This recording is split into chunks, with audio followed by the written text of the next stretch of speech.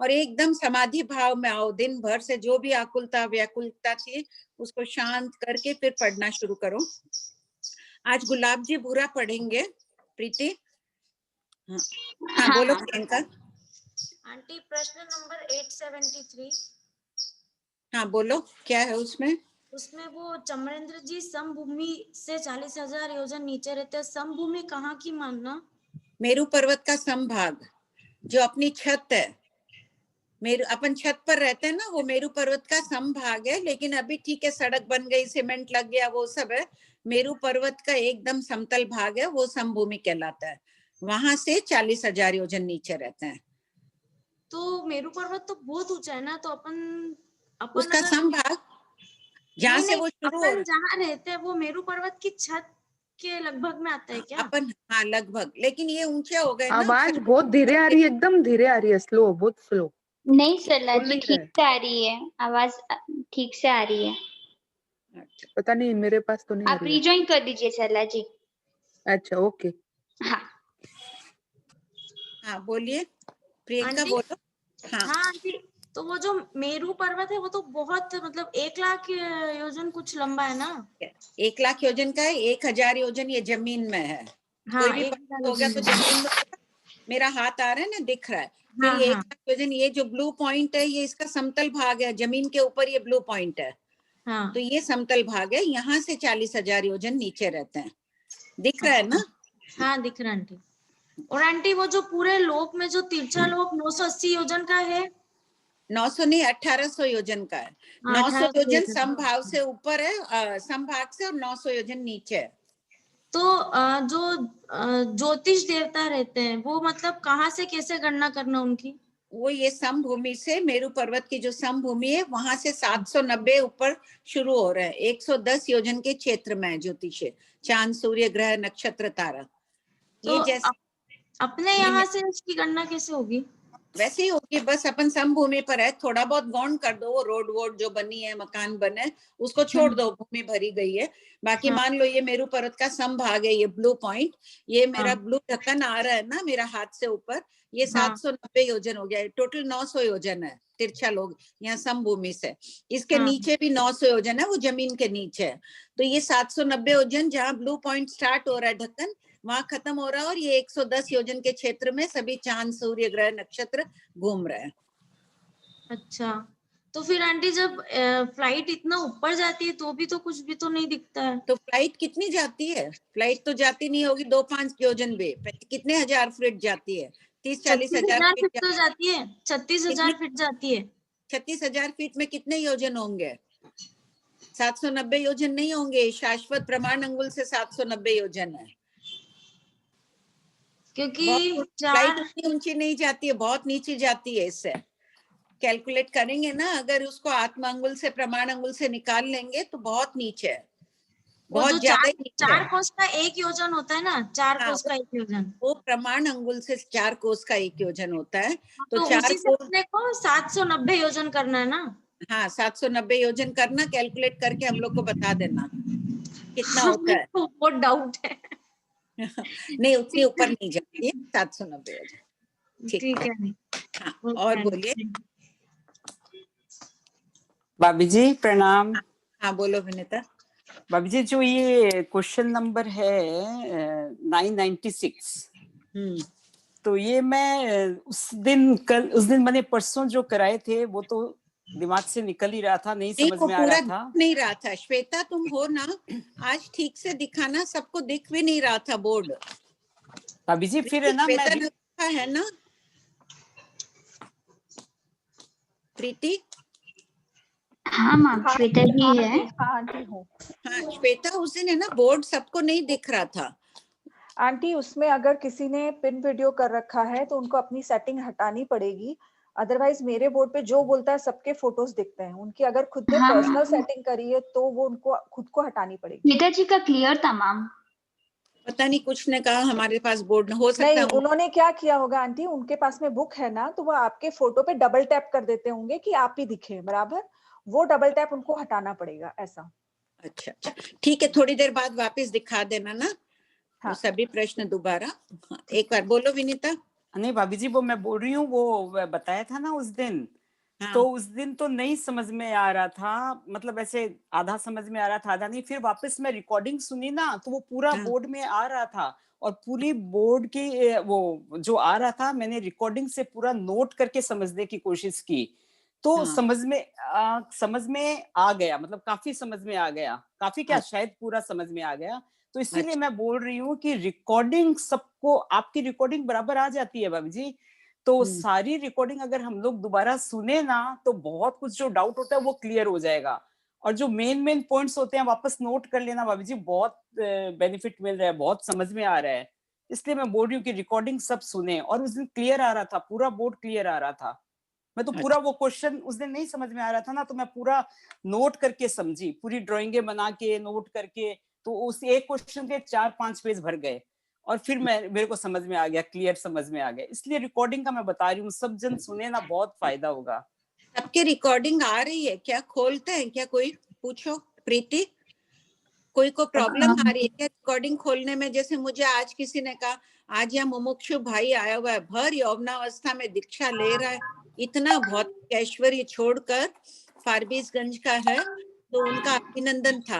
वहां गए हुए थे बस अभी, तो कई जने बोल रहे थे हमारे रिकॉर्डिंग आती ही नहीं है, या तो वो खोलना आता नहीं होगा उनको। प्रीति सभी हाँ जा नहीं recording up to date updated है, दिलीप सर कर रहे हैं, तो इसमें कुछ भी प्रॉब्लम नहीं है, या तो किसी को ऑपरेट नहीं करना आ रहा होगा। अच्छा अच्छा उस हाँ पर क्लिक करने से, और फिर वापस वो जो आती है डेट, उस पर डबल टिक क्लिक करने से रिकॉर्डिंग पूरी क्लियर आ रही है भाभी जी। आजकल तो, पहले थोड़ा डिले आता था, आजकल तो बराबर कंटिन्यू नेक्स्ट डे ही आ जाती है रिकॉर्डिंग। अच्छा अच्छा नहीं मैम, क्योंकि एकदम मैं, सिस्टमैटिक सब अपडेट हो रहा है, हाँ किसी को हाँ यूज नहीं करना आ रहा होगा, बस यही। हाँ किसी को हाँ कोई प्रॉब्लम आ रही हो रिकॉर्डिंग वाले में, तो प्रीति से एक बार फिर बात कर लेना ना। ठीक है, हैंड रेज है प्रीति।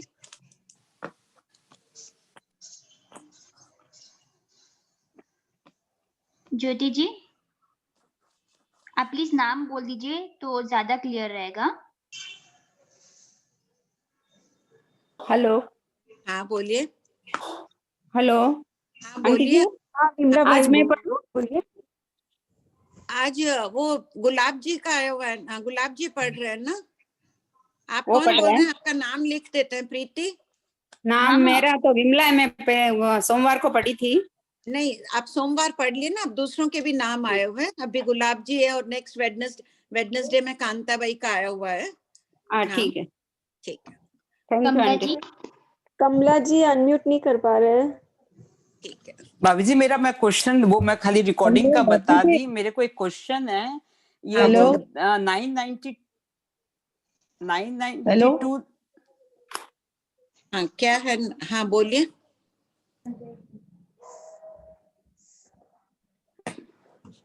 भाभी जी, 992 जो क्वेश्चन है ना, कि 992 नहीं, वो नाटक दिखाते हैं, इसके प्रसंग में ही है कि वो अपना नाटक जो दिखा रहे हैं जीताचार के लिए और प्रदर्शन के लिए दिखा रहे हैं, देवता।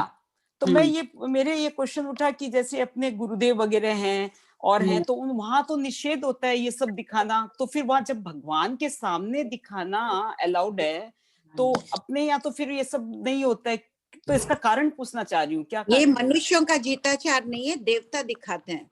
देवता दिखाते हैं अच्छा। तो केवली भगवान विद्यमान है। अगर किसी साधु के दोष लग जाए, मैं भी ऐसी हाँ रिद्धि, इतना आकर्षण, इतनी देव देवियां देखकर अगर उनके दोष लग जाए, तो केवली भगवान रहते हैं, दिया हुआ ना गारुड़ी की हाँ, तरह, वो समझ में आ गया, हाँ वो वो मैं ठीक पूरा हो जाए। पढ़ी। और हाँ बाकी ठीक। देखकर साधु, जो आत्मार्थी साधु होते हैं, उनकी श्रद्धा और घनीभूत होती है कि भगवान ने जो देवलोक संबंधी वर्णन बताया हूँ बहू वैसा ही है, वैसे उनकी श्रद्धा बढ़ती है उल्टे।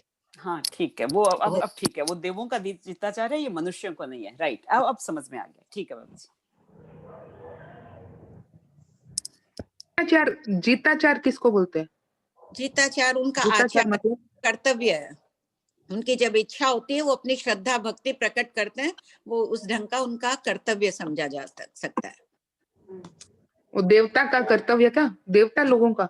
हाँ हाँ, हर कोई नहीं करते, कोई श्रद्धा भक्ति वक्त आके कर देते हैं, प्रतिदिन कोई ना कोई नहीं करते हैं।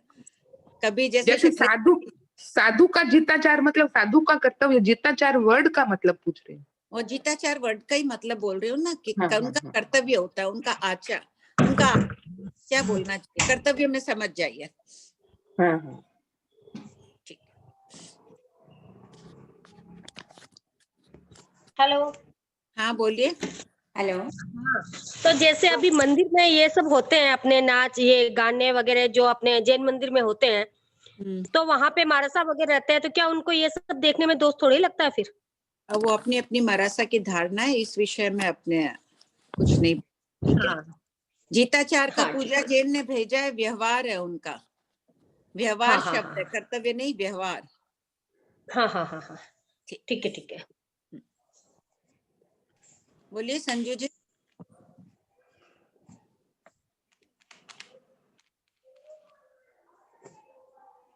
मैम सारे डाउट्स हो गए। हाँ पढ़िए गुलाब जी। प्रणाम जी। 997 से क्वेश्चन नंबर 997 से पढ़ूं? नहीं, यहाँ 996 पढ़ो वापिस एक बार और, श्वेता बोर्ड में करा देगी। 996 997 दो पढ़ लो पहले। ठीक है, गुरुदेव क्या नहीं कैसे। Devraj, question number 996। देवराज शकेंद्र जी की एक समय में ऊंची, तिरछी और नीची गति की अल्प बहुत व असत कल्पना से कुछ संख्याओं को लेकर यह गणित स्पष्ट कीजिए। पहला, शकेंद्र जी की नीचे जाने की गति सबसे मंद 12 भाग इक्वल टू 1 योजन, 1 योजन। दूसरा, उससे शकेंद्र जी की तिरछी गति संख्यात भाग अधिक 18 भाग इक्वल टू 1/2 योजन। उससे शकेंद्र जी की ऊंची गति संख्यात भाग अधिक किंतु नीची गति से संख्यात गुना अधिक है, अतः 24 भाग इक्वल टू 2 योजन। संख्यात गुणा में जगन्य दुगुनी राशि होती है, अतः अधोगति 12 भाग इंटू 2 इक्वल टू 24 भाग। अधोगति तिरछी गति ऊंची गति इक्वल टू 12.18.24। अतः असत कल्पना से एक समय शकेंद्र जी 1 योजन नीचे। हेलो, 1/1 कंचन मैम एको हो रहा है। गुलाब जी एक सेकंड। हाँ कंचन मैम, हाँ मेरे फोन में आ रहा है क्या? मेरे आ रहा है क्या प्रॉब्लम? हाँ ओ आपने 2 साइड में लॉगिन किया है ना, इसीलिए। मैं उसको बंद कर रही थी करना। हाँ हाँ हाँ आप एक बंद कर दीजिए मैम। हाँ कर रही हूँ। Question number 997। एक मिनट गुलाब जी एक सेकंड। हाँ हाँ बोलिए, अब पढ़िए।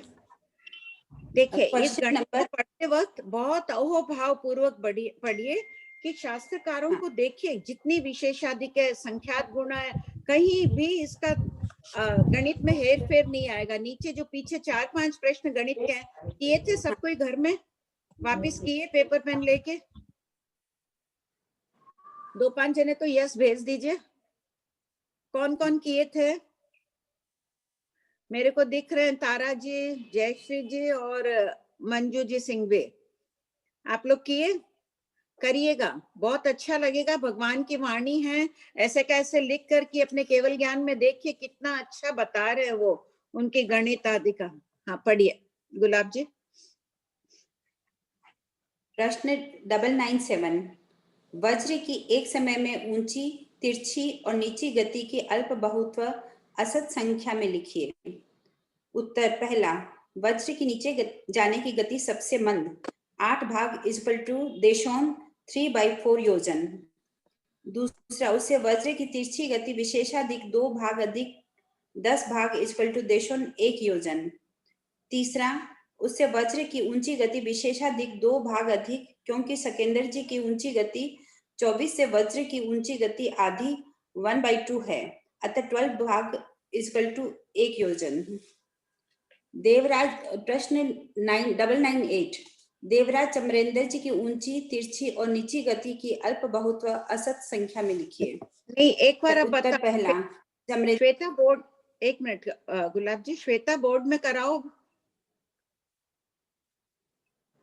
हुआ जी आंटी जी। क्वेश्चन नंबर 996, जैसा प्रश्न में बोला है कि इसको असत कल्पना से कुछ संख्याएं लेकर के ये मैथ्स क्लियर करनी है, तो शकेंद्र जी की जो नीचे जाने की गति जो सबसे स्लो है वो उसको लिया है सबसे ऊपर। तो शकेंद्र जी जब नीचे जा रहे हैं वो गति उनकी सबसे मंद है, तो उसको एक कल्पना से एक संख्या के बराबर लिया है कि प्रति समय में, यानी कि एक समय में मान लीजिए शकेंद्र जी 1 योजन की दूरी तय करते हैं। इस 1 योजन को हमने 12 भाग के बराबर माना है। 1 योजन जो है वो 12 भाग के बराबर माना है कि इस 1 योजन के 12 हिस्से किए, वो सबसे उनकी मंद गति है नीचे जाने की। अब ये जो फर्स्ट वाला है, इससे नेक्स्ट वाला यानी कि सेकंड नंबर का, यानी कि जब शकेंद्र जी तिरछी गति कर रहे हैं तब उससे संख्यात भाग अधिक है, यानी कि जो ये फर्स्ट वाला है उससे संख्यात भाग अधिक है। तो जो ओरिजिनल है वो तो हमारा रहेगा ही रहेगा, उससे आगे बढ़ाना है, कितना बढ़ाना है, संख्यात भाग। ओरिजिनल है हमारा 12 भाग, अब इसमें संख्यात भाग बढ़ाना है, यानी कि जो 12 भाग है उसका संख्यातवा हिस्सा करेंगे। तो यहाँ पर हमने जगन्य संख्यातवा, यहाँ पर 2 लिखा है जो जगन्य संख्यात है वो, तो ये हिस्सा किया। तो यहाँ पर आया 12 भाग प्लस 6 भाग इज इक्वल टू 18 भाग। अब इस 18 भाग को अगर हमें योजन में लिखना है तो 12 भाग का तो होता है 1 योजन, और जो 6 भाग है उसका आधा योजन हो जाएगा। 1 2 3 4 5 और 6, यहाँ पर ये आधा आधा हो जाएगा पोर्शन में, इसको हम लिखेंगे आधा योजन। अगर इन दोनों को आपस में हम जोड़े तो उत्तर आता है 1.5 योजन, यानी कि जब वो तिरछी गति करते हैं तो एक समय में 1.5 योजन की दूरी तय करते हैं, इतना क्षेत्र वो कवर करते हैं। तीसरा है कि जब शकेंद्र जी ऊपर जा रहे हैं, ऊंची गति कर रहे हैं, तो उसका जो परिमाण है वो दूसरे वाले से संख्यात्वा भाग अधिक है। सेकंड वाला जो है वो हमारा है 18 भाग लिया प्लस इसका संख्यात्वा भाग लेना है। तो यहाँ पर हमने 18 का संख्यात्वा भाग लिया 3 और इनको आपस में ऐड किया, आंसर आया 18 भाग प्लस 3 6 18 यानी कि 6 भाग, तो ये उत्तर हुआ 24 भाग। लास्ट क्लास में जैसा हमारा डिस्कस हुआ था कि यहाँ पर हमने 2 से डिवाइड किया और यहाँ 3 से क्यों डिवाइड कर रहे हैं, क्योंकि आगे के जितने प्रश्न हैं क्वेश्चन नंबर 1000 तक, वहां हमारी संख्या 24 भाग से ही हमको गठित करनी है। अगर हम यहाँ 2 से डिवाइड करेंगे तो 18 प्लस 9 हो जाएगा, ये 27 भाग हो जाएगा। 27 भाग को कैसे बताएंगे, जैसे 12 भाग का 1 योजन हो गया, एक और 12 भाग का 2 योजन हो गया। 27 भाग को बताएंगे तो 2 योजन से कुछ ऊपर बताना पड़ेगा और वो गणित कठिन हो जाएगा। जैसे ही आप 1000वां क्वेश्चन करेंगे और 999 करेंगे, ये क्लियर हो जाएगा कि सभी चीजों को 8 की टेबल में यानी कि 8 के गुणा के रूप में लाना है। 24 सबकी टेबल में आना चाहिए, जैसे कि संख्या 8 12 24 इस तरह की होनी चाहिए। इसलिए यहाँ पर हमने संख्यात्वा भाग में 3 से डिवाइड किया। ठीक है, एक बार कॉपी कर दो सब कोई, एक बार रुको श्वेता, बोर्ड सबको दिख रहा है ना? प्रीति जी स्क्रीनशॉट ले सकते हैं, बाद में अगर चाहे तो ग्रुप में डाल सकते हैं। हाँ, ठीक है, इतना हो गया।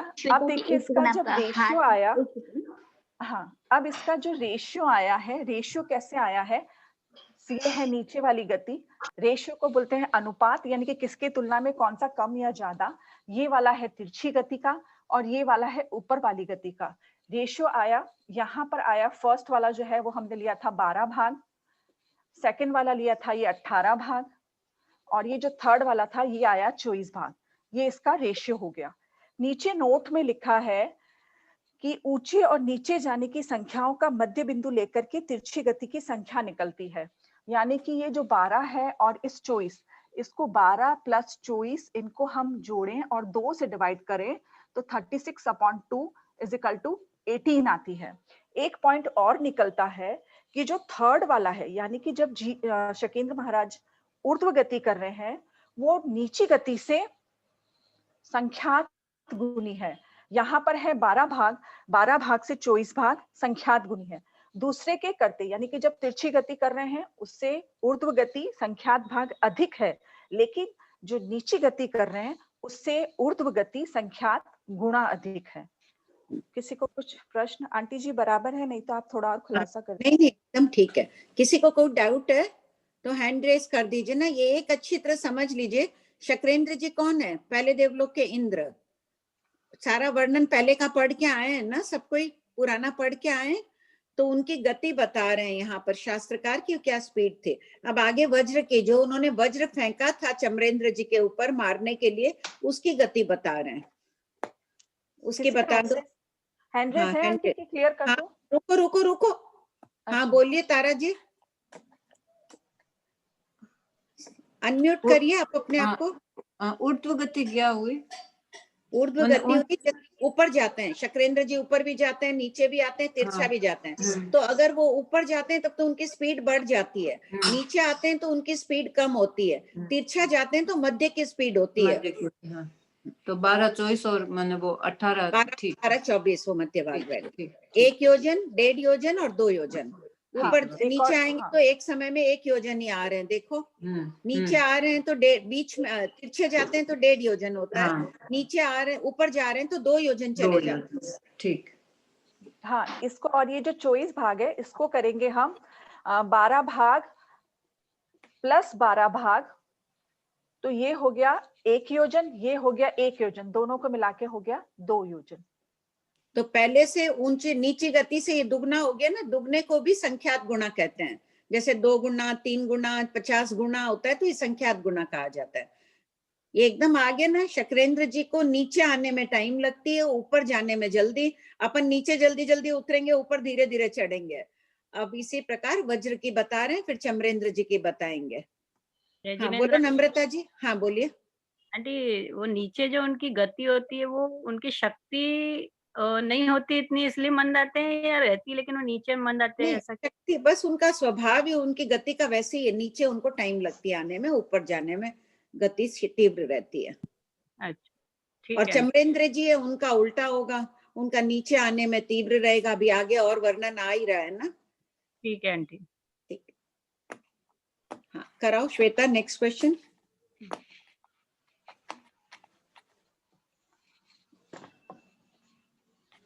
हाँ बोलो विनीता।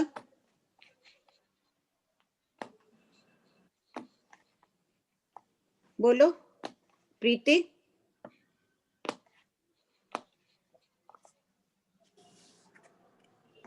भाभी जी यहाँ है ना कि शक्रेंद्र जी नीचे जाने की गति मंद है, सबसे मंद है। और शास्त्रकार कह रहे हैं कि नीचे गति संख्यात गुणा अधिक है। इसका क्या मतलब हुआ दोनों? नहीं, नीचे से ऊंची गति संख्यात गुणा अधिक हो गई ना। नीचे से, हाँ नीचे से, हाँ ठीक है। वो एक्चुअली रिकॉर्डिंग में थोड़ा सा ठीक है। संख्यात गुणा में जगन्य दुगनी राशि है, अतः अधोगति।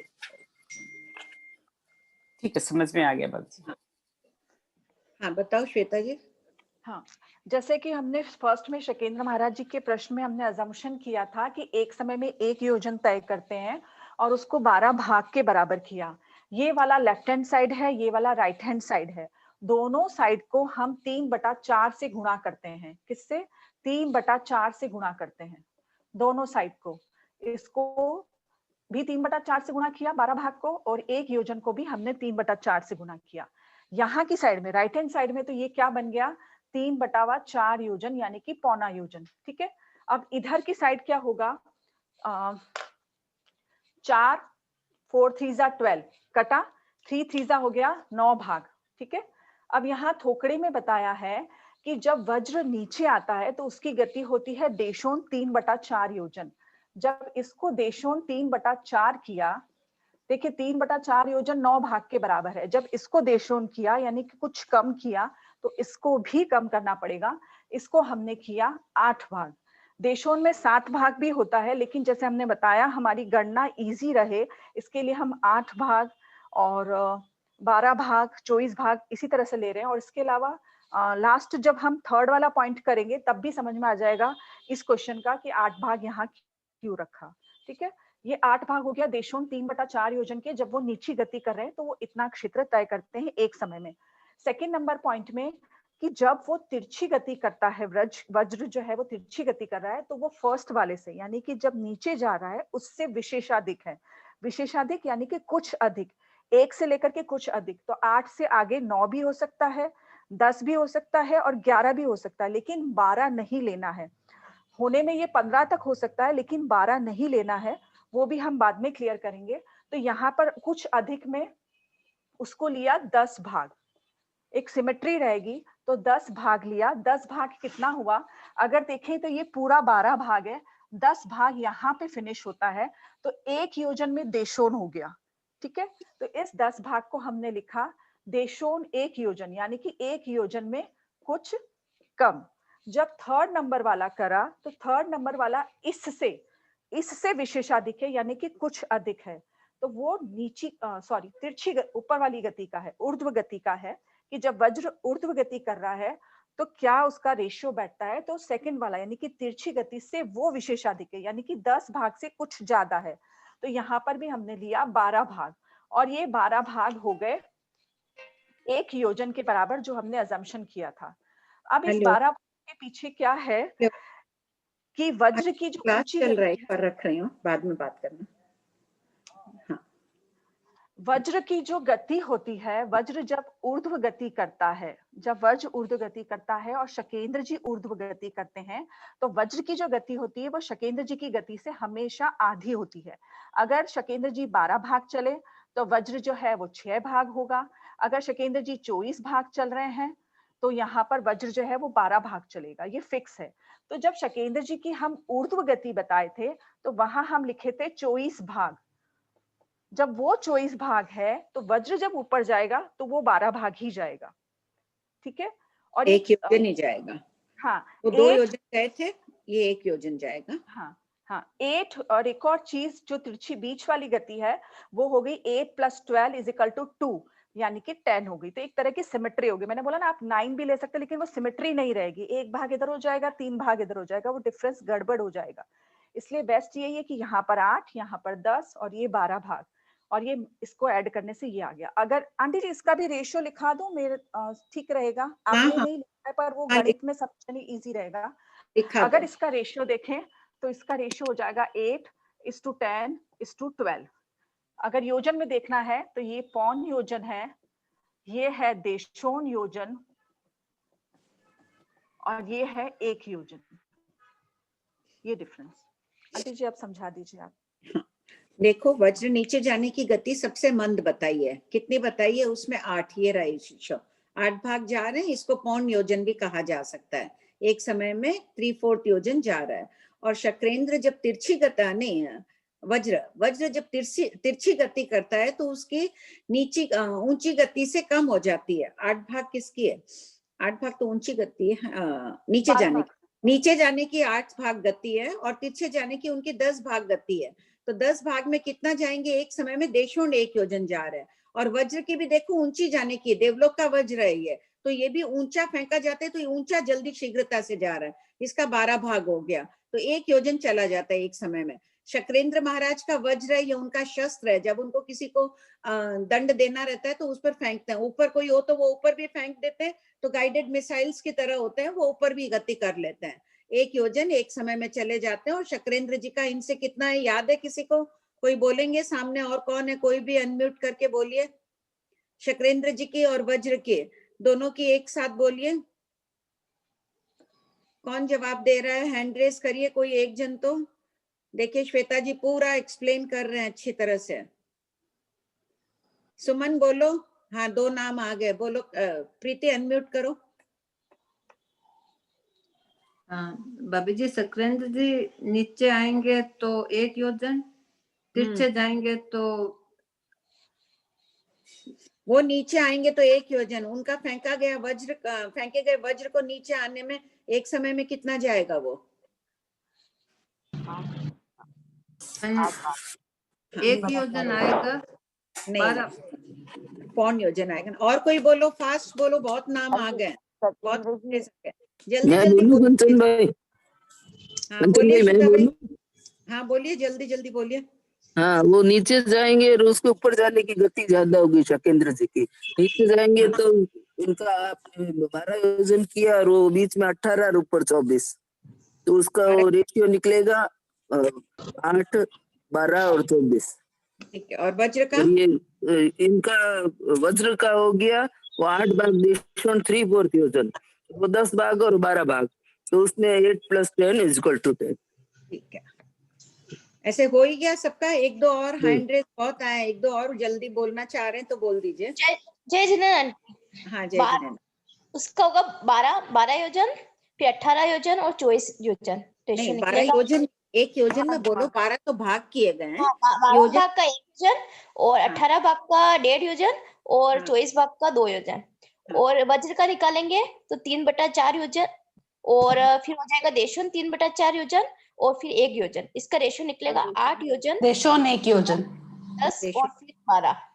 ठीक है, सबको समझ आ गया ना अभी अच्छी तरह से? आंटी जी, हाँ बोलिए आंटी जी, यहाँ तिरछा का मतलब सीधा समझना? हाँ तिरछा ही समझ, ऐसे जाना, ऊंचा जा रहा है नीचा जा रहा है तो तिरछा ही शब्द प्रयोग में किया जाएगा ना। तिरछा लोक ही बोलते हैं, ऊंचा लोक, नीचा लोक, तिर्यक लोक। तिर्यक यानी सीधा दौड़ना, सीधा जाना। ठीक है, और कुछ शकुंतला जी?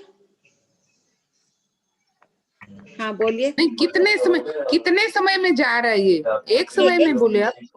एक समय की गति बता रहे हैं असत कल्पना से। इससे तो बहुत बहुत ज्यादा स्पीड उनकी रहती है असत कल्पना एक से। समय तो बहुत सूक्ष्म होता है ना। हाँ तो एक समय में इतना योजन पार कर लेता है? हाँ हाँ, इससे ज्यादा ही करते होंगे। असंख्यात कोड़ा कोड़ी का योजन, वो पलक देवता इच्छागामी होते हैं, इच्छा करने मात्र से इच्छित स्थान पर पहुंच जाते हैं। असंख्यात कोड़ा कोड़ी योजन है, 12वां देवलोक ऊंचा, 5 रज्जु ऊंचा है, 5.5 रज्जु ऊंचा है, और कितने अंतर मुहूर्त में वो पूरा पहुंच जाते हैं। यहाँ पर तीर्थंकरों का कल्याण करने के लिए आते हैं। और इनकी गति स्पीड जैसे प्लेन की गति होती है ना, फिक्स कर देती है कि 200 किलोमीटर की स्पीड पे चलेगी, फिक्स करके छोड़ दिए। तो इनकी वज्र आदि की गति ये फिक्स गति बता दी गई है एक समय में। हाँ, यहाँ असत कल्पना से बताई गई है, इससे आधा कम जो भी संख्या असत कल्पना से दी गई है। हाँ बोलिए।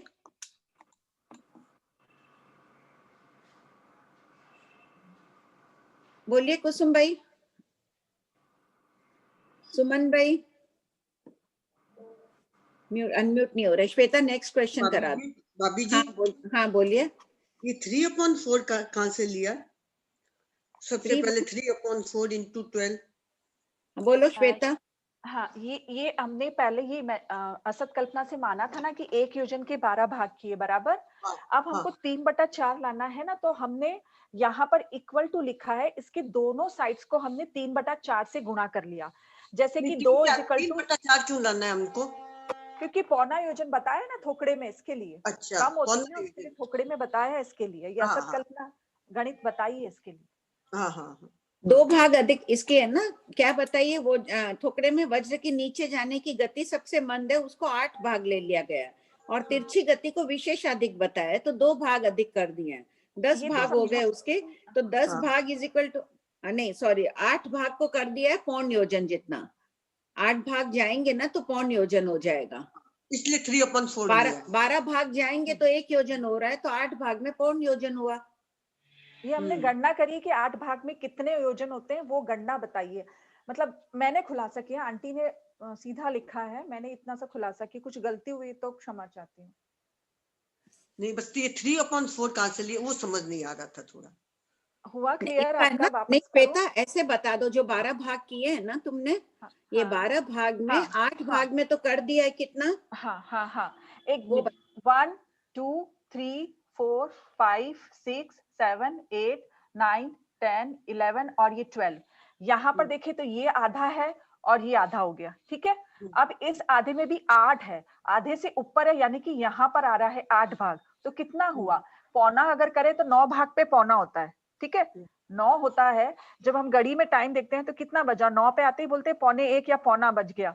तो 9 पे काटा आते ही देखते हैं, बोलते हैं ना कि मिनट का, तो 9 पे आते हैं पौना हो जाएगा, उससे भी कम है, इसलिए हमने इसको बोला देशोन पौना योजन, पौन योजन। हाँ, अब ठीक क्लियर हो गया। हाँ ठीक है।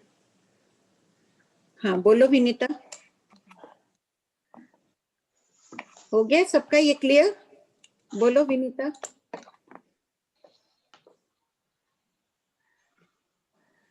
तो मैंने ये श्वेता जी 3/4 से कंफ्यूज हो रहे हैं ना, वो ऊपर वाला क्लियर लग हाँ, गया। मैं मिटा देती हूँ, चलिए उसको मिटा के वो 3/4 कर दो कि 8 भाग इज इक्वल टू देशों 3/4 योजन।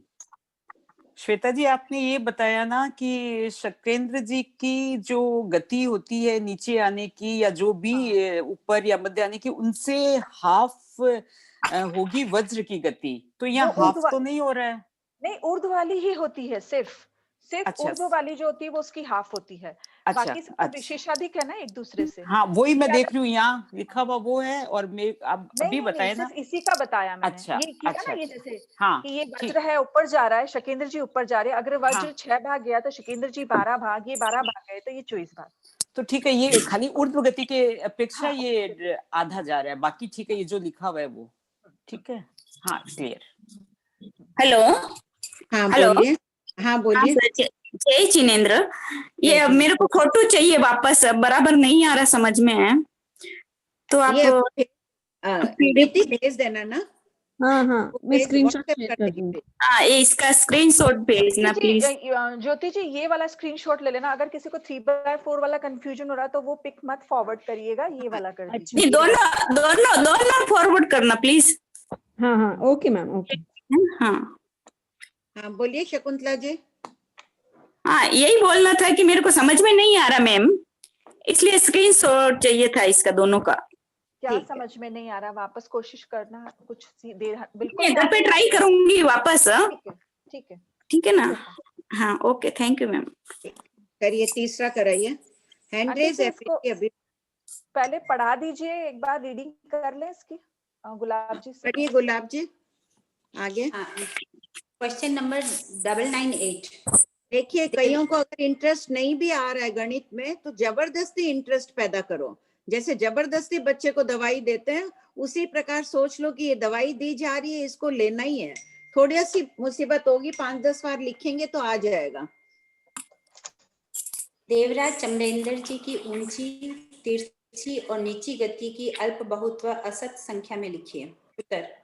पहला, चमरेंद्र जी की ऊंची गति सबसे मंद है।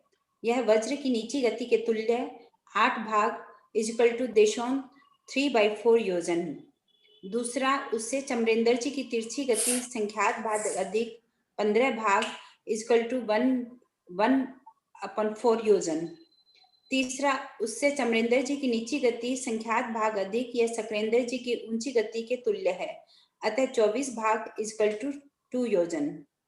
ज्ञातव्य रहे कि चमरेंद्र जी की तिरछी गति में 13, 14 या 15 ही लेना पड़ेगा, क्योंकि इससे कम राशि लेने पर नीची गति तिरछे से संख्यात गुना अधिक हो जाती है, जो संभव नहीं है, क्योंकि नीची गति तिरछे से संख्यात भाग ही अधिक है, न कि संख्यात गुना। प्रश्न 999। बस एक बार इतना ही रहने दो। एक्सप्लेन करो श्वेता। चमरेंद्र जी की अब यहाँ पर जो बता रहे हैं, वज्र चमरेंद्र जी की ऊंची गति, दोनों क्वेश्चन में नीची गति सबसे मंद थी, यहाँ ऊंची गति सबसे मंद है।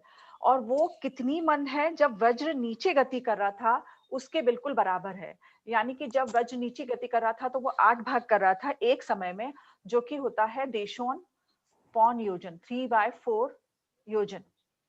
ठीक है। सेकंड वाली, जब वज्र चमरेंद्र जी तिरछी गति कर रहे हैं तो तिरछी गति इस 8 भाग से, यानी कि इस फर्स्ट वाले से जो ऊर्ध्व गति है उससे संख्यात भाग अधिक है, तो वो हमने मानी 15 भाग, असत कल्पना से 15 भाग।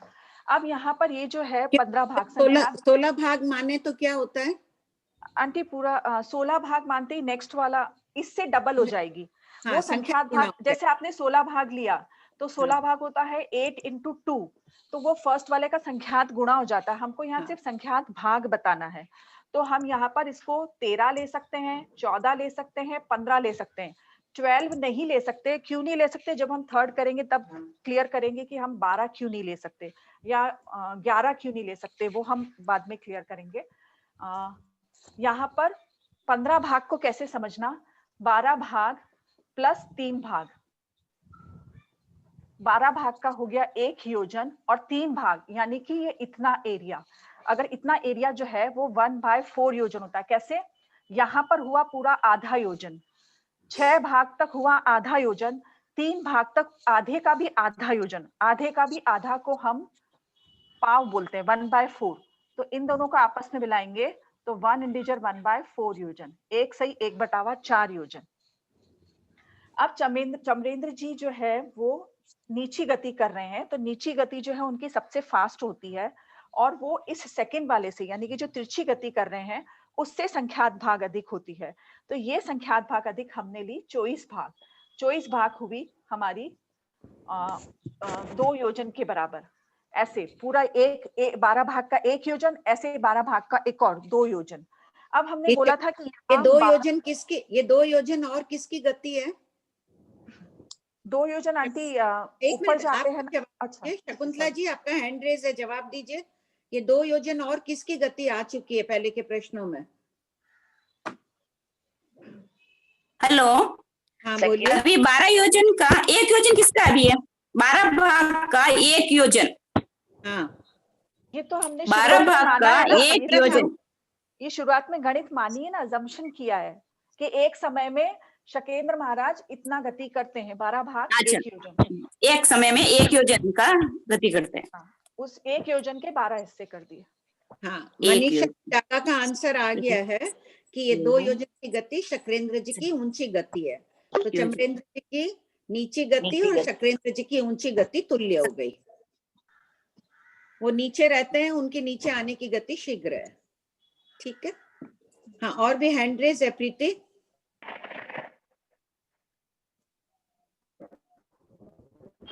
हाँ हाँ मैम। सरला जी अनम्यूट कीजिए। हेलो। हाँ बोलिए मैम। हाँ वही बता रही थी मैं, शकेंद्र जी की 2 गति ऊंची है, चमरेंद्र जी की नीची है और वज्र की 1 योजन ऊंची गति है। और किसी को कुछ बोलना है? 3 हैंड रेज है। हैंड रेज में वही बताना था कंचन भाई, उन्होंने बता दिया। ठीक है, चलिए। चमरेंद्र जी और शकेंद्र जी, उनकी एक की नीची गति, एक की ऊंची गति।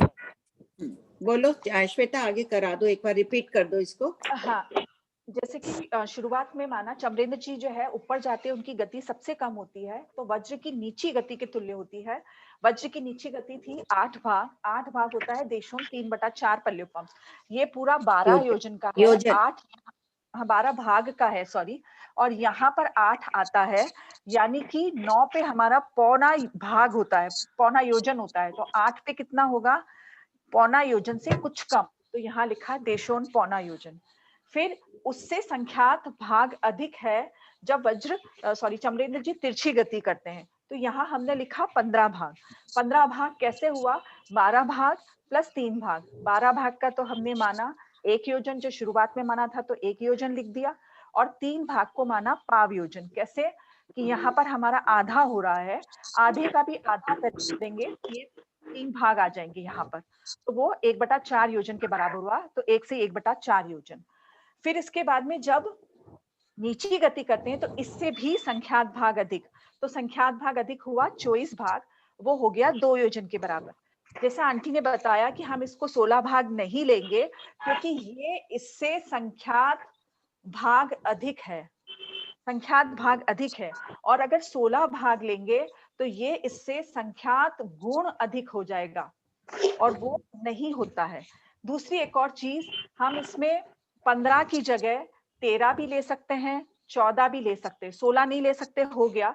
लेकिन जब हम विशेषाधिक बोलते हैं तो 11-12 भी तो आ सकता है विशेषाधिक में, लेकिन 11-12 लेते ही ये वाला जो है वो इससे संख्यात भाग अधिक है, वो इससे संख्यात गुणा हो जाएगा। अगर हम 15 की जगह यहाँ पर 15 भाग की जगह 11 भाग या 12 भाग ले लें, और यहाँ पर ये बराबर होती है उसके ऊर्ध्व गति के, तो ये 24 भाग है। तो ये इससे क्या हो जाएगी? संख्यात गुना हो जाएगी ना, तो हम कम भी नहीं ले सकते इससे, ये कारण है। इसलिए यहाँ पर 15 भाग लेनी पड़ेगी। क्लियर हुआ सबको? कोई जब ये करेंगे ना चिंतन करते हुए कि एक तरफ चमरेंद्र दौड़ रहा है भगवान महावीर की शरण में जाने, वज्र उनके पीछे दौड़ रहा है, भाग रहा है, और पीछे शक्रेंद्र जी भाग रहे हैं। इमेजिन करो 2-2 इंद्र दौड़ रहे हैं भगवान की शरण में जाते हुए। ऐसे श्रद्धा पूर्वक कल्पना करते हुए ये गणित करना। सोचना मेरे निर्जरा हो रही है आगमवाणी को। हाँ, अगर इसका रेशियो निकाले तो रेशियो होता है 8:15:24, लेकिन हमको सभी रेशियो में एक रूपता रखनी पड़ेगी। हमने हर जगह पहले नीची गति का लिया है, फिर उसके बाद में तिरछी गति का लिया है और फिर उसके बाद में ऊर्ध्व गति का लिया है। यहाँ पर ये लिखा है वो बराबर है प्रश्न के हिसाब से, लेकिन जब कंपैरिजन करेंगे हम क्वेश्चन नंबर 999 में, तो हम इसको उल्टा करके लिखेंगे। तब हम लिखेंगे 14:15:8। क्वेश्चन के हिसाब से यही रेशियो होता है। ये रेशियो सिर्फ हमारी गणना के लिए है, इसको पलट दिया है। अगला करें आंटी जी? हाँ करो, एक बार पढ़ दीजिए गुलाब जी अगला वाला। हाँ, क्वेश्चन 999। एक समय में शकेंद्र जी जितना क्षेत्र ऊपर जाते हैं उतना क्षेत्र ऊपर जाने में वज्र और चमरेंद्र जी को कितना समय लगता है? पहला, प्रयुक्त गणित के आधार से शकेंद्र जी एक समय में 24 भाग 2 योजन ऊर्ध्वगमन करते हैं। दूसरा, उतना ऊर्ध्वगमन करने में वज्र को 2 समय लगते हैं, यथा 12 भाग × 2 समय = 24 भाग, और चमरेंद्र जी को 3 समय लगते हैं, यथा 8 भाग × 3 समय = 24 भाग। हाँ श्वेता कराओ। आंटी जी एक मिनट,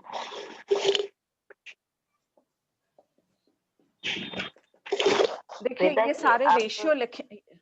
हाँ बोलिए। जो ऊपर आप लिखे हैं ऊर्ध्व तिर्यक और नीचे, वो थोड़ा शकेंद्र जी की 12 भाग की तो नीचे आने, एक की 12 भाग नीचे आने की है ना, ऊपर ज्यादा जाते हैं ना वो। हाँ एक मिनट, हाँ सही बात है, बिल्कुल सही। नीची, तिरछी और ऊर्ध्व, बराबर। हाँ मेरे हाँ बराबर। पूजा जी बराबर है आप? ठीक है। अब ये रेशियो निकला कि शकेंद्र जी जब नीची गति करते हैं तो 12 भाग, तिरछी गति करते हैं तो 18 श्वेता भाग। जी हाँ चमरेंद्र जी का रेशियो भी चेंज हो जाएगा ना, 8-15, मतलब वो 8 तो नीचे आते हैं ना। नहीं नहीं, नीचे आते तब सबसे फास्ट आते हैं ना वो। नीचे आते तब सबसे फास्ट आते हैं, ऊपर जाते हैं तब सबसे स्लो जाते हैं। वज्र जब नीचे आता है तब स्लो आता है। हाँ ठीक है ना। हाँ अब हमको कंपैरिजन करनी है तो मैं सिर्फ बीच वाला मिटा रही हूँ, सिर्फ बीच वाला, आपको कंफ्यूजन नहीं हो इसलिए। ठीक है, ये हुआ। अब देखिए शकेंद्र जी जो है जब ऊर्ध्व गति कर रहे हैं, अब हम बता रहे हैं प्रश्न वाले में 999 में ला रहे हैं कि सबसे फास्ट कौन ऊपर जाता है। तो शकेंद्र जी सबसे फास्ट जा रहे हैं, वो जाते हैं एक समय में 24 भाग, 24 भाग एक समय में चले जाते हैं, यानी कि 2 योजन चले जाते हैं। जबकि वज्र जाते हैं सिर्फ कितना, 12 भाग। अगर वज्र जो है वो 12 भाग जा रहे हैं एक समय में, अगर उनको 24 भाग करने हैं, 24 को हम कैसे लिखेंगे, 12 भाग प्लस 12 भाग। ठीक है, 24 को हम ऐसे लिखेंगे, 24 भाग को 12 भाग प्लस 12 भाग। इस 12 भाग में उनको एक समय लग रहा है, प्लस इस 12 भाग में उनको एक समय लग रहा है तय करने में। तो कितना तय लगा वज्र को टाइम, 2 समय लगा। बस सीधा कर दो, 12 दूना 24, तो इसको 2 समय लगा। 8 चौक 8 तिया 24, अगर इसको 3 से गुणा कर दे तो ये 24 के बराबर हो जाता है, यानी कि तिगुना समय लग रहा है, इनको 3 समय लग रहे हैं। ठीक है, और 12 को डाउट इसमें लगा 2 समय। गणित सीधा पहाड़ा कर दो ना। हाँ 8 तिया 24, 12 दूना 24, तो 2 समय लगा, इसको 3 समय लगा। वज्र को 2 समय लगा 24 भाग जाने में, 2 योजन जाने में वज्र को 2 समय लगा। शक्रेंद्र जी को 1 समय लगा 2 योजन जाने में, वज्र को 2 समय लगा 2 योजन जाने में, और चमरेंद्र जी को 3 समय लगे जाने में। अब अगले प्रश्न। हाँ बोलो आगे बोलो। नहीं आंटी फरमाइए। नहीं ठीक है, यही था। नेक्स्ट अगला प्रश्न पढ़ाएं। हाँ अगला है, जब नीचे आ रहे हैं, तो शकेंद्र जी वज्र सबसे स्लो है, उसके बाद शकेंद्र जी की स्पीड और सबसे फास्ट चमरेंद्र जी है। यानी कि चमरेंद्र जी एक समय में 24 भाग आ रहे हैं। 24 भाग अगर वज्र को चलना है तो पहले हम शकेंद्र जी का ले लेते हैं। अगर 24 भाग इनका करना है तो 2 से गुणा करेंगे, यानी कि तो 24 होगा, यानी कि इनको लग रहे हैं 2 समय। और अगर वज्र को 24 भाग तय करने हैं तो 3 समय लगेंगे, तो ये हो जाएगा 24। तो यहाँ पर इसको 3 समय लग जाएंगे। तो चमरेंद्र जी को ऊंचा जाने में कितना समय लगा? 24 भाग 2 योजन जाने में? एक समय में वो 2 योजन गए चमरेंद्र जी नीचा क्षेत्र जाने में। उतने ही क्षेत्र को शक्रेंद्र जी को जाना है तो कितना समय लगा? वो 12 भाग जा रहे थे तो 2 समय लगे, 12 दूना 24, और वज्र को 3 समय लगे, 8 भाग जाता है तो 8 3 24। ये बहुत सरल गणित तरीके से ये बता दिए हैं, आप लोग सब अभ्यास करिएगा। चलिए पढ़िए अब गुलाब जी। बस आंटी, हाँ और कुछ आंटी बोलना बात कर दूं ना बोर्ड आपको? हाँ अब बंद कर दो। ठीक है, धन्यवाद। बहुत अच्छा कृपा प्रश्न करेंगे। है श्वेता, वेरी गुड। आपकी कृपा है आंटी। नहीं मेरी कृपा नहीं, तुमने बहुत अच्छा करा। हाँ पढ़िए गुलाब जी। प्रश्न 1000। एक समय में चमरेंद्र जी जितना क्षेत्र नीचे जाते हैं उतना क्षेत्र नीचे जाने में शक्रेंद्र जी और वज्र को कितना समय लगता है? उत्तर, उपर्युक्त गणित के आधार से एक समय में चमरेंद्र जी 24 भाग 2 योजन अधोगमन करते हैं। दूसरा, उतना क्षेत्र अधोगमन करने में शक्रेंद्र जी को 2 समय लगता है, यथा 12 भाग इंटू 2 समय इक्वल टू 24 भाग, और तीसरा वज्र को 3 समय लगता है, यथा 8 भाग इंटू 3 समय इक्वल टू 24 भाग। प्रश्न 1001। चमरेंद्र जी की स्थिति कितनी है तथा वे मोक्ष कहाँ से जाएंगे? ये गणित क्यों उत्तर, बताया गया? चमरेंद्र जी की ये गणित क्यों बताया गया? यहाँ बता रहे हैं ना कि शक्रेंद्र जी पकड़ नहीं सके थे चमरेंद्र जी को। चमरेंद्र जी दौड़ रहे हैं, वज्र भी उनको पकड़ नहीं सका था, उनके पास तक नहीं पहुंचा, पीड़ित नहीं कर सका, और शक्रेंद्र जी न वज्र के पास आ नहीं सके थे चमरेंद्र के पास, इसलिए ये गणित बताया गया। हाँ पढ़िए। चमरेंद्र जी की स्थिति कितनी है तथा वे मोक्ष कहाँ से जाएंगे? उत्तर, चमरेंद्र जी की स्थिति एक सागरोपम की है। वहां से चव कर महाविदय क्षेत्र में जन्म लेकर सिद्ध बुद्ध मुक्त होकर सब दुखों का अंत करेंगे। वर्तमान के सभी इंद्र एकाभावतारी हैं। इसका स्पेलिंग ठीक कर लीजिए। इसका स्पेलिंग ठीक कर लीजिए। एक भवावतारी, एक भवतारी, एक भवावतारी। आगे जहां भी आए ना सबको इसको करेक्शन कर लेना। एक भवावतारी, सब जगह।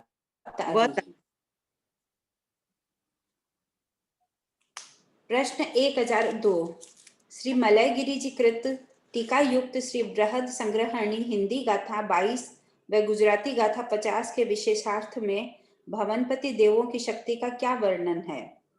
पहला, असुरेंद्र असुर रूपों से, राक्षस रूपों से तथा बालक बालिकाओं के रूपों से संपूर्ण जम्बू द्वीप को भर सकते हैं। देखो इनकी शक्ति कितनी, 1 लाख योजन की है। असुरेंद्र जो होते हैं ना, असुर बलिंद्र और चमरेंद्र, असुर कुमार के जो इंद्र है वो असुर रूप, राक्षस रूप बनाने के शौकीन होते हैं।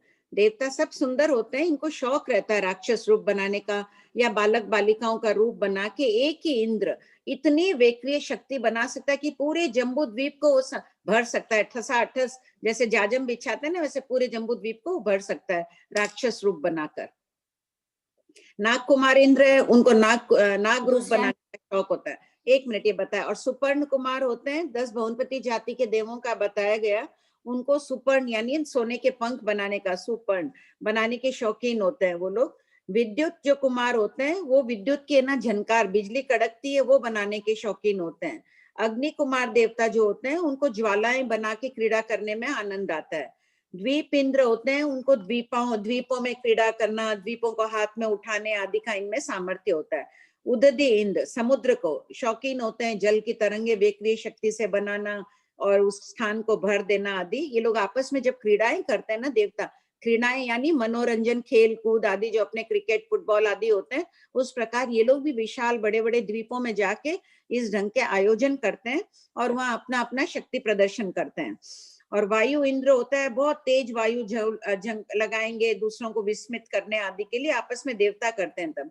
स्तनित इंद्र होते हैं, स्तनित कुमार जो देव होते हैं, इनको गर्जना करने में आनंद आता है। अब उनकी शक्ति बता रहे हैं कि कितना इनमें सामर्थ्य है वेक्रिय करके भरने का। पढ़िए गुलाब जी। दूसरा, नाग कुमार इंद्र अपने फनों से संपूर्ण जम्बू द्वीप को आच्छादित कर सकते हैं। इन्हें नाग शरीर बनाने का शौक रहता है। तीसरा, सुपर्ण इंद्र एक पंख से संपूर्ण जम्बू द्वीप को आच्छादित कर सकते हैं।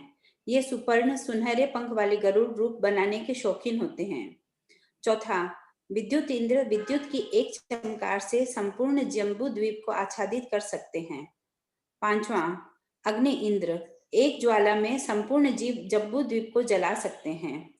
छठा, द्वीप इंद्र संपूर्ण जम्बू द्वीप को हथेली में रख सकते हैं।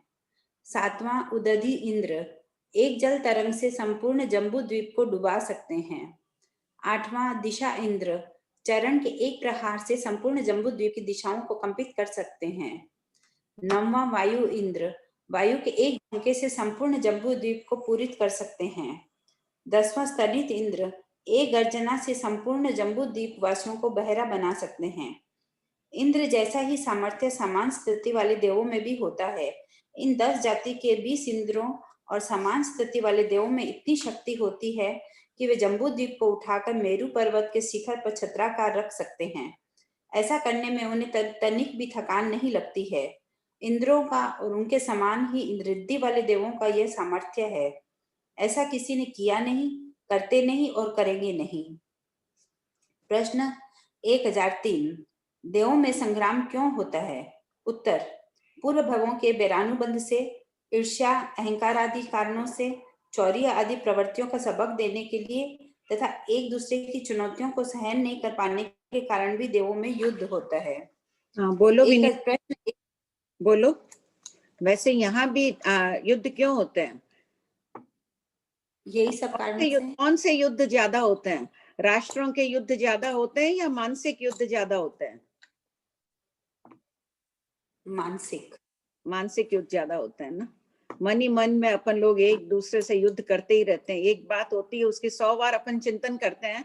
100 बार नहीं, हजारों बार, 50 साल बीत जाएंगे तो भी वो बात याद में, ये हुआ वो हुआ, एक दूसरे से तर्क करते हैं। जितना बोल नहीं पाते हैं उतना ज्यादा तो अपन मन में सोचते हैं।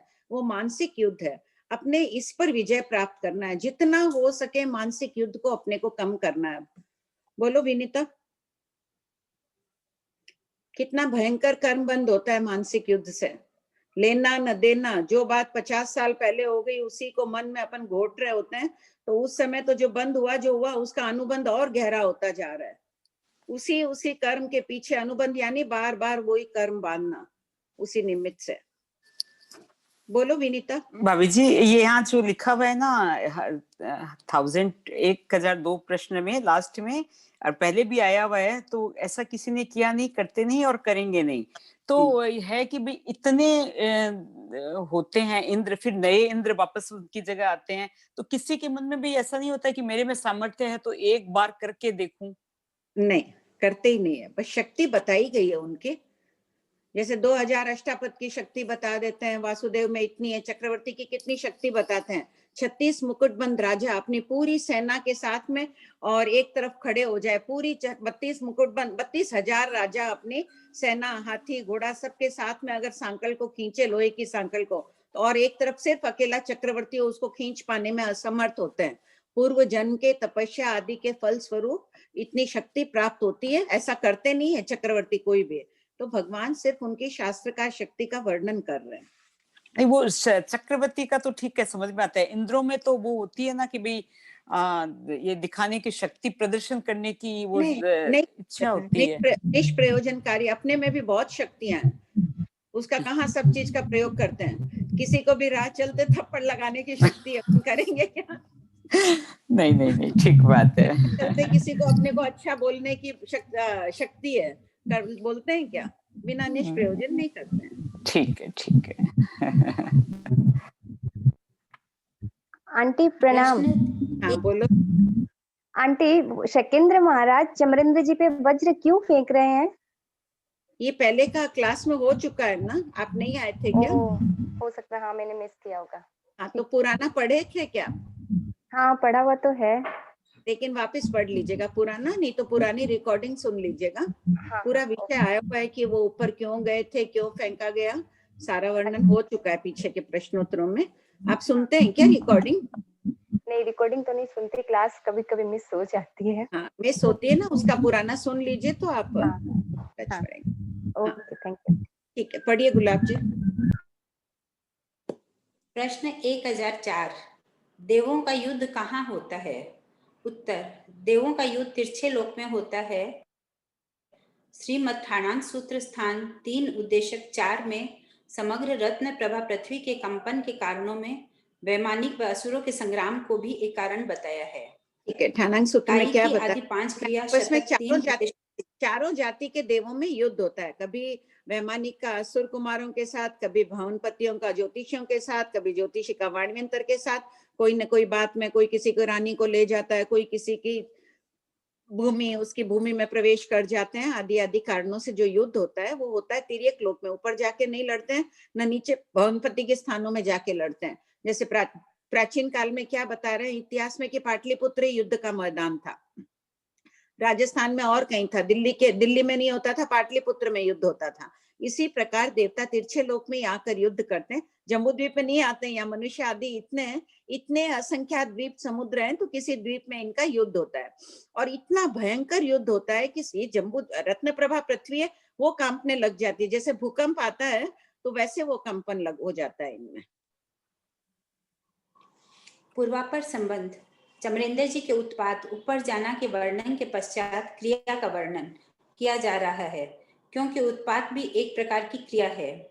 प्रश्न 1005 इतनी उनके तो भयंकर क्रिया लग रही थी, इतनी तीव्रता से गुस्से में चंद्र जो विमान आदि आ रहे थे ना रास्ते में, चंद्र सूर्य के विमान, चंद्र सूर्य को तो क्या करेंगे, तारा नक्षत्र आदि के उनको हाथों से ऐसे हटाते हटाते जा रहे थे, धमधमाते हुए। सारा वर्णन पहले आ चुका है, तो वो क्रियाएं लगी। अब भगवान महावीर को पूछा जा रहा है तो क्रिया के संबंध में, क्रिया किसे कहते हैं? कर्म बंध के कारणभूत चेष्टा को क्रिया कहते हैं। प्रश्न 1005 भगवान महावीर के छठे गणधर मंडित पुत्र अनगार जो प्रकृति के भद्र थे, उन्होंने भगवान से पूछा कि भंते क्रियाएं कितनी कही गई हैं?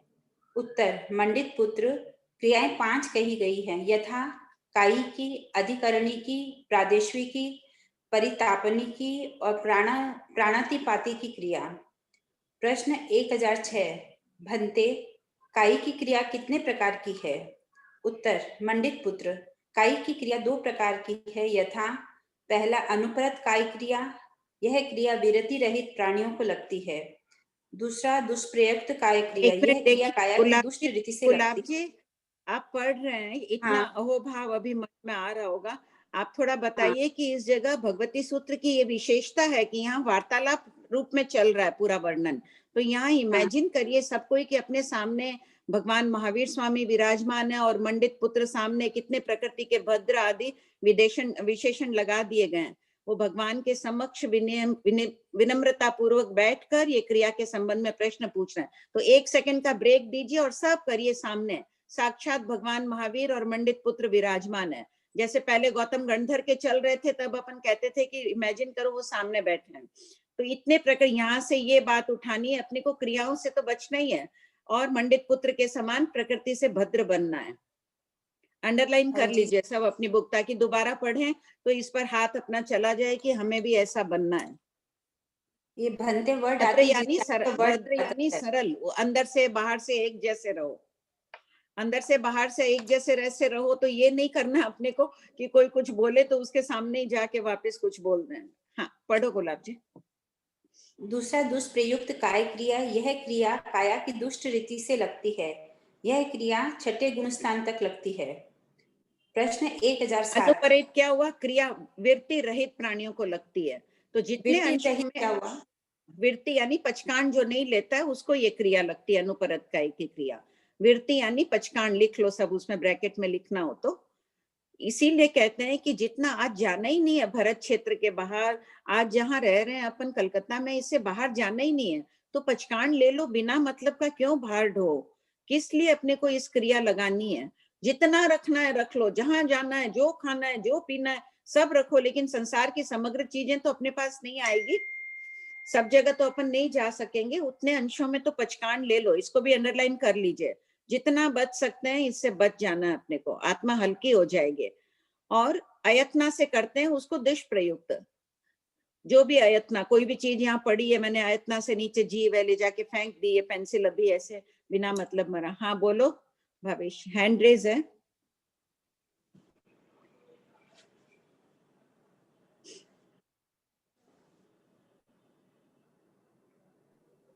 आंटी हाँ, जीव स्थान और गुणस्थान एक ही होता है क्या? क्या चीज? जीव स्थान और गुणस्थान एक ही होता है क्या? हाँ, एक ही है।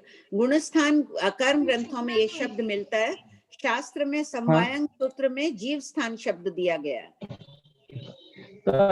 तो इसलिए अब पांचवें गुणस्थान में जो होता है वो तो व्रत, क्या बोले आप? सुनाई नहीं। जो पांचवें गुणस्थान में होते हैं वो तो व्रतधारी होते हैं ना? हाँ, देश व्रतधारी होते हैं। जो पांचवें गुणस्थान में होते हैं वो तो व्रतधारी होते हैं ना? व्रतधारी संपूर्ण व्रतधारी नहीं होता है ना, जितने अंशों में अपन ने त्याग किया है। संपूर्ण व्रतधारी तो साधु होते हैं, देश व्यक्ति होते हैं पांचवें गुणस्थान वाले। देश यानी अंश में प्रत्याख्यान किया हुआ रहता है उनके। हाँ, पढ़िए। प्रश्न आप 1000 आप पुराना पढ़ते हैं, आगे भी पढ़ के आते हैं? ठीक है, पढ़िए गुलाब जी। प्रश्न 1007 भन्ते अधिकरणी की क्रिया कितने प्रकार की है?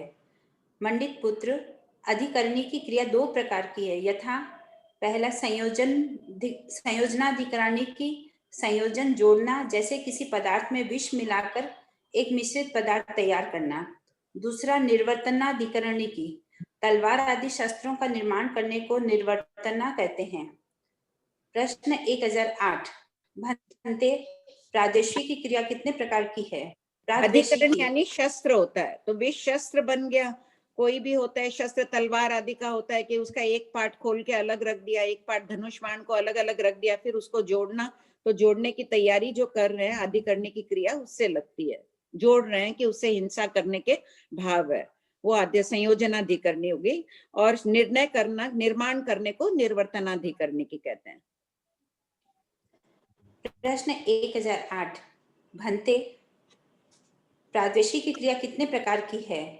प्रादेशिक की मत्सर भाव, ईर्ष्या। उत्तर मंडित पुत्र, प्रादेशिक की क्रिया 2 प्रकार की है, यथा पहला जीव प्रादेशिक की क्रिया, जीवों पर द्वेष करने से यह क्रिया लगती है। दूसरा अजीव प्रादेशिक की क्रिया, अजीव मकान वस्त्रादि पर द्वेष करने से यह क्रिया लगती है। अजीब वस्तुओं पे भी द्वेष करने से क्रिया लगती है, उसमें भी। हाँ, द्वेष, ईर्ष्या कर रही हूँ कि आपकी साड़ी अच्छी है, मुझे बहुत ईर्ष्या हो रही है उससे। वस्त्र से लगी ना मुझे क्रिया, ईर्ष्या की क्रिया लगी, या बुरी लगी आपकी, उसकी मैंने निंदा की कि खराब है आदि है, उससे भी क्रियाएं लग जा रही है।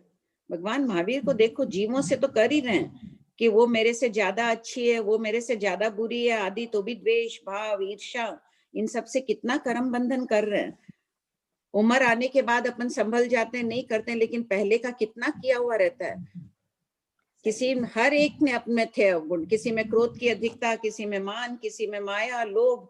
अब भगवती सूत्र पढ़ रहे हैं इतनी गहराई से, तो हर चीज में हमें कुछ न कुछ कमी लानी है, दिखना चाहिए जीवन।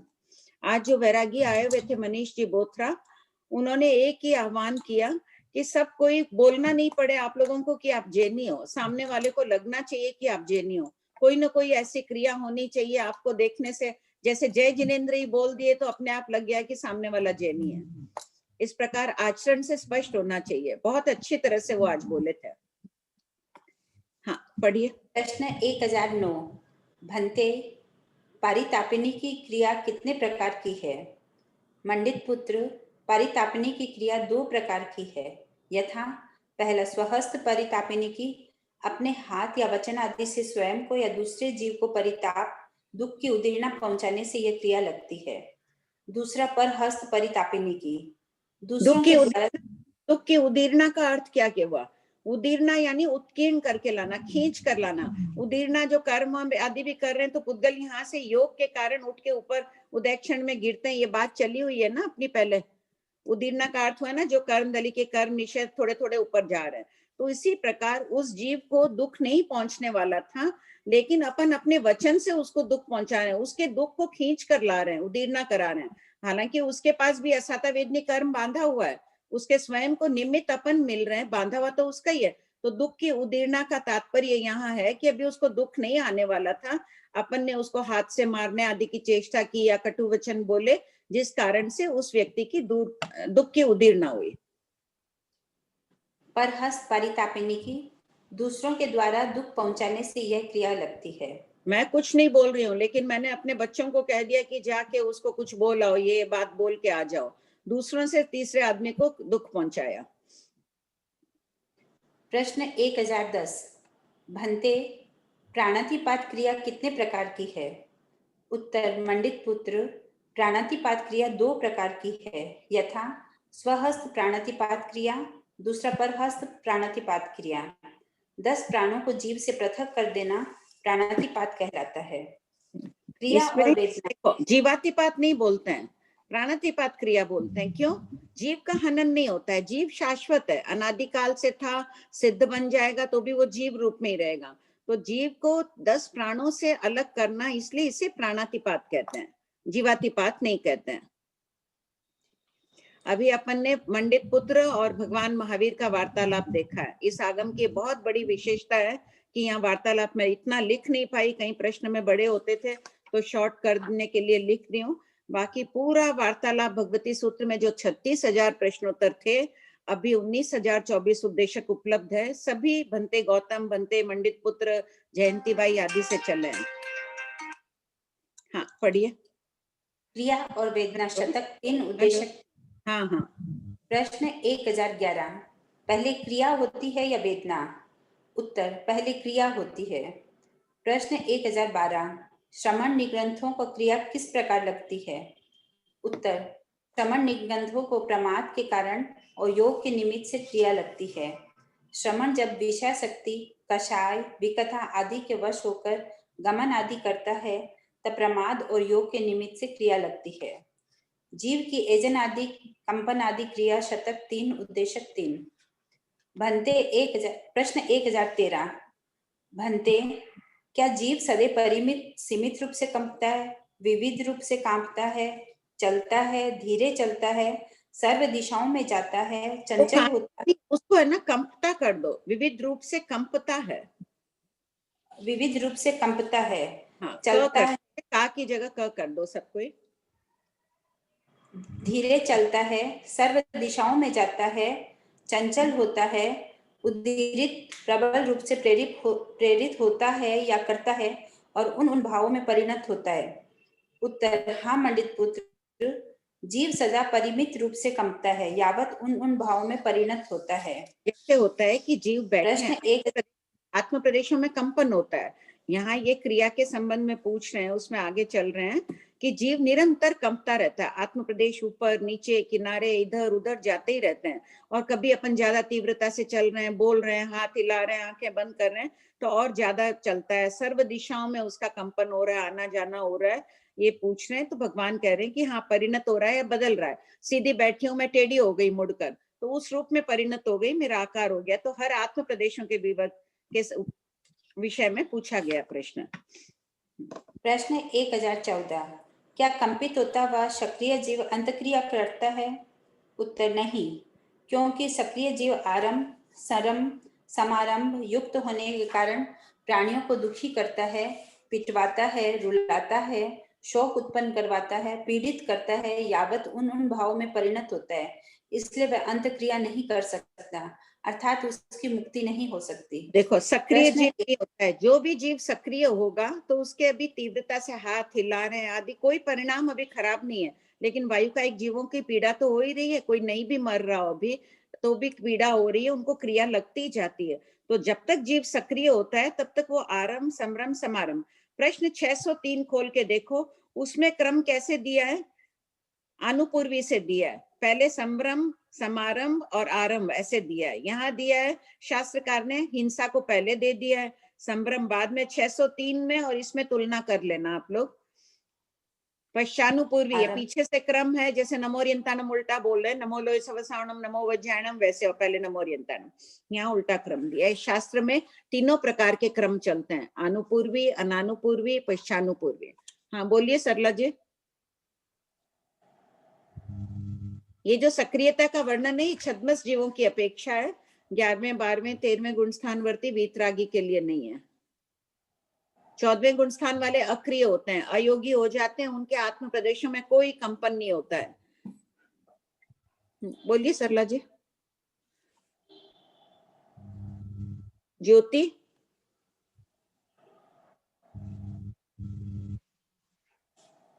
श्वेता जी आप को होस्ट है ना, अनम्यूट करिए उनको। हाँ हाँ हाँ।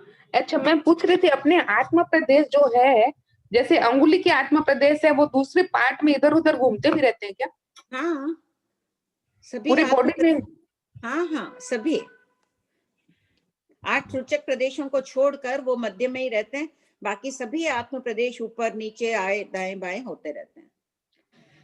Okay thank you. पढ़िए। प्रश्न 1015, एजनादि क्रिया रहित निष्क्रिय जीव अंत क्रिया क्यों करता है?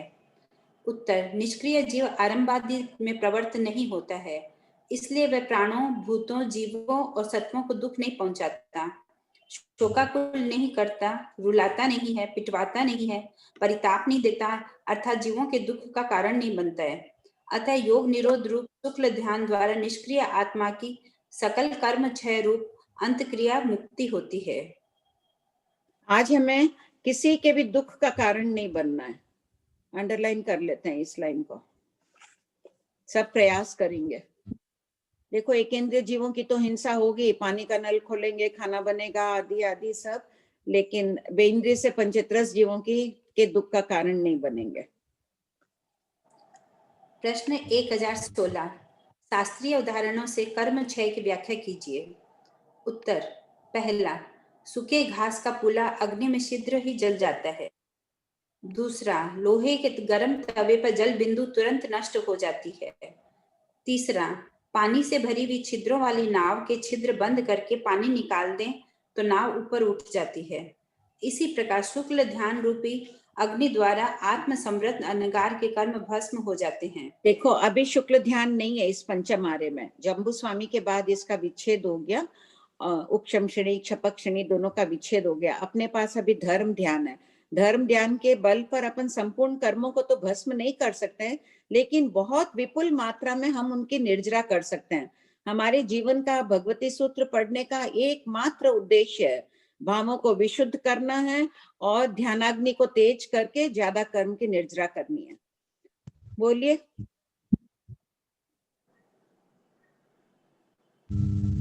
ज्योति। हाँ।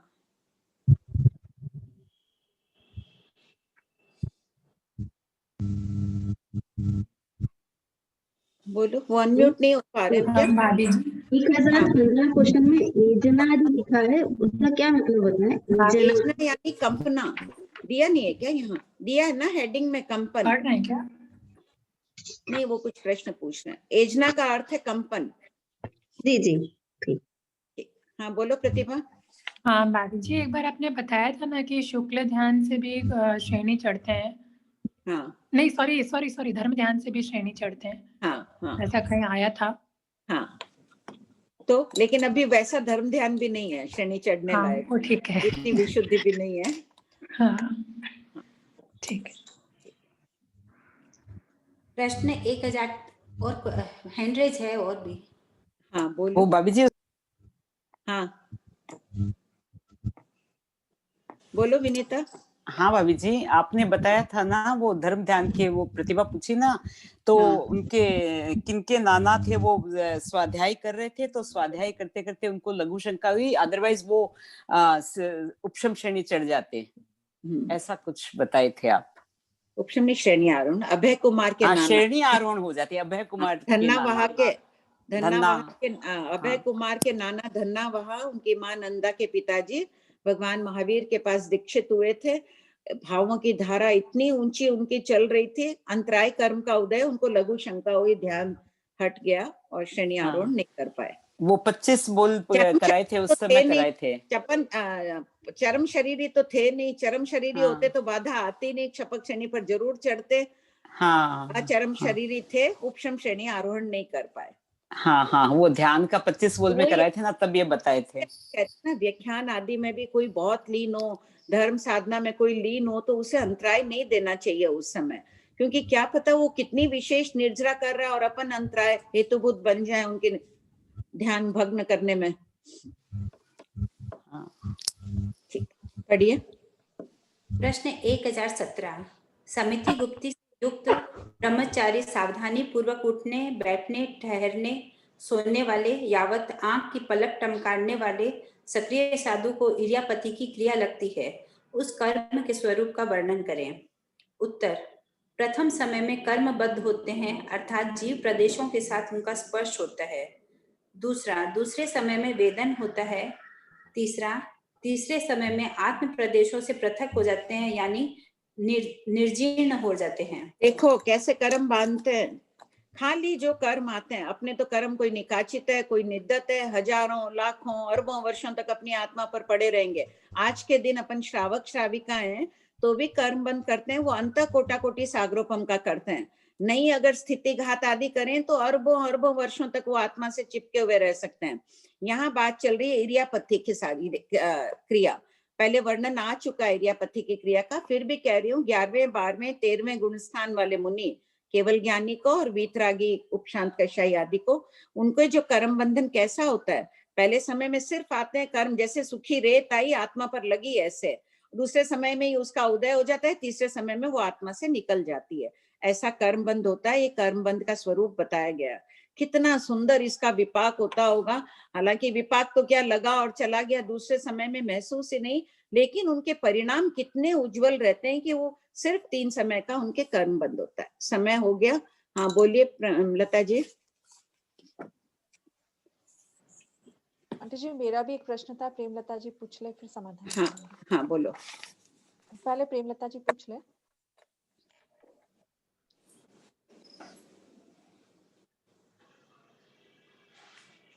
वो अनम्यूट नहीं कर पा रहे मैम। कमलेश बोलो। हाँ भाभी जी प्रणाम। ये सक्रिय साधु मतलब क्या हुआ? सक्रिय मतलब क्रिया सहित सहयोगी जीव को सक्रिय कहा गया है। अक्रिय हो जाता है 14वें गुण स्थान में जीव, कर्म बंद नहीं। हाँ बोलिए श्वेता जी। हाँ मेरा प्रश्न। हाँ भाभी जी प्रणाम। हाँ बोलिए। अच्छा भाभी जी, मेरा प्रश्न था कि जैसे आपने कहा कि जो श्रेणी आरण होता है वो धर्म ध्यान में भी हो सकता है। हाँ तो भाभी जी ऐसे कहते हैं ना कि शुक्ल ध्यान के बिना नहीं पॉसिबल नहीं है, तो ये क्या अपनी अपनी मान्यता है क्या? नहीं बिल्कुल नहीं। तत्वार्थ सूत्र के में देखिए 9वें अध्ययन में दिया है कि जो पूर्वधर होते हैं, मेरे ही डिस्टर्बेंस हो रहा है, पूर्वधर ही शुक्ल ध्यान के द्वारा श्रेणी आरोहण करते हैं। जो बिना पूर्वधर होते हैं वो धर्म ध्यान, उच्च कोटि के धर्म ध्यान से। डिस्टर्बेंस मेरे पास से आ रहा है ना? हाँ मैम। लेकिन मेरा तो एक ही चल रहा है। ठीक है, करते हैं ये लोग। तत्वार्थ सूत्र 9वां अध्ययन देख लीजिएगा। और भी अनेक ग्रंथों में भी मिल रहा है। तत्वार्थ सूत्र में कौन सा अध्ययन बोले भाई साहब? 9वां अध्ययन के शायद 34वें 35वें गाथा होनी चाहिए। 9वां अध्ययन देख लीजिएगा। ठीक है मैं देख लूंगी, वो मेरा पढ़ा हुआ मैं देखूंगी तो भाभी जी। अच्छा ठीक है, बहुत कृपा करें। हाँ बोलो श्वेता। निष्क्रिय जीव 14वें गुण स्थान वाले हुए तो 13वें गुण स्थान वाले केवली भगवान कहाँ से प्राणभूत जीव सत्व को दुख पहुंचाएंगे? नहीं, जो वर्णन है छद्मस जीवों की अपेक्षा चल रहा है। नहीं, जो कृष्ण 1015 में हम बोला ना कि एजन आदि क्रिया रहित निष्क्रिय जीव अंत क्रिया क्यों करता है, ये तो 14वें गुण स्थान वाले जीवों के लिए अपेक्षा ही है ना आंटी जी? प्रश्न नहीं अपेक्षा, लेकिन जो प्राण भूतों जीवों की हिंसा जो बहुवचन में दिया गया ना, अगर मैं प्राणों भूतों जीवों, यही जल्दी से प्राणों भूतों नहीं मिल रहा है, तो यहाँ जो किया है छद्मस जीवों की अपेक्षा है, वीतरागियों की अपेक्षा नहीं है। और अब छद्मस पे भी जो पहुंचाएगा वो प्रमद तक ही पहुंचाएगा। प्राणभूत जीव सत्व को जो दुख देगा वो छद्मस प्रमद जीव ही देगा ना, तो वो आशय निकाल लेना चाहिए शास्त्रवाणी का।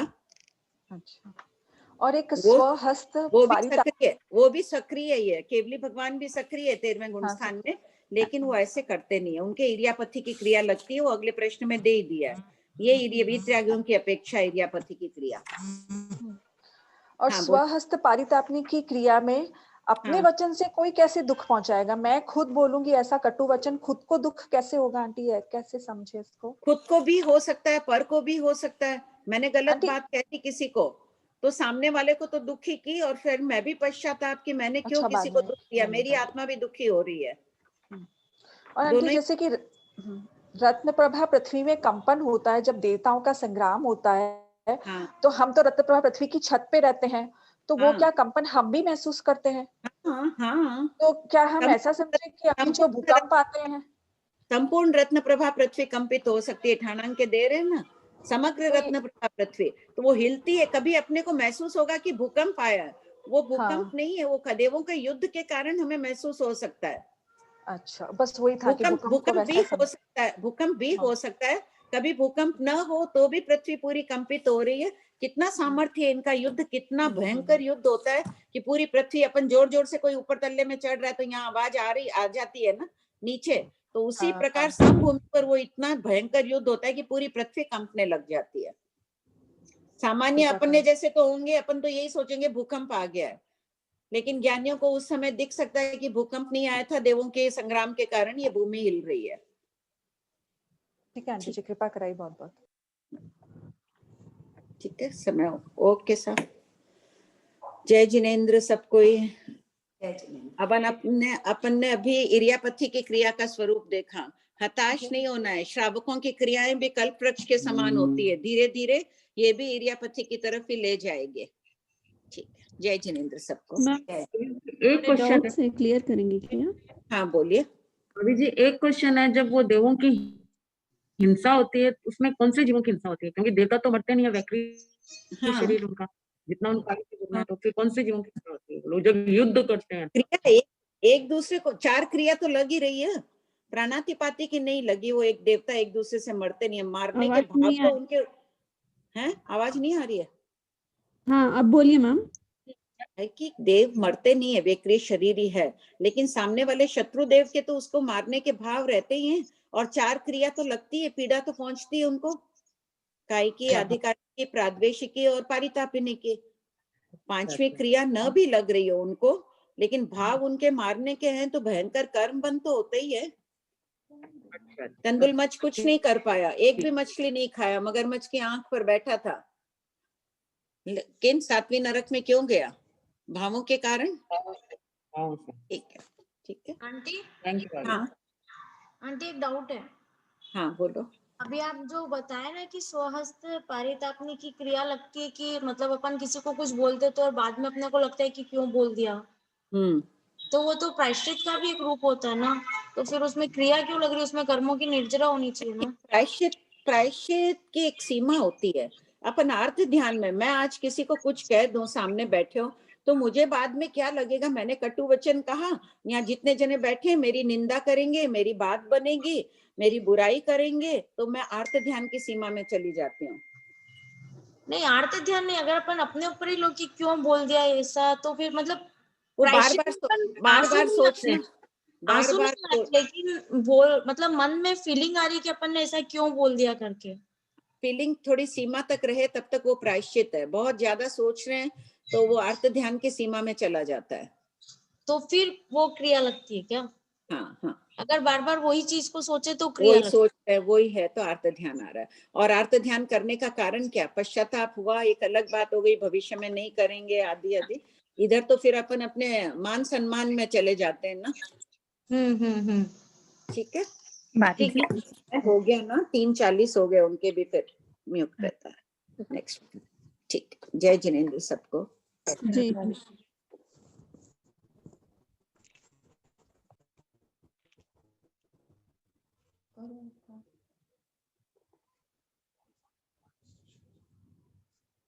Thank you.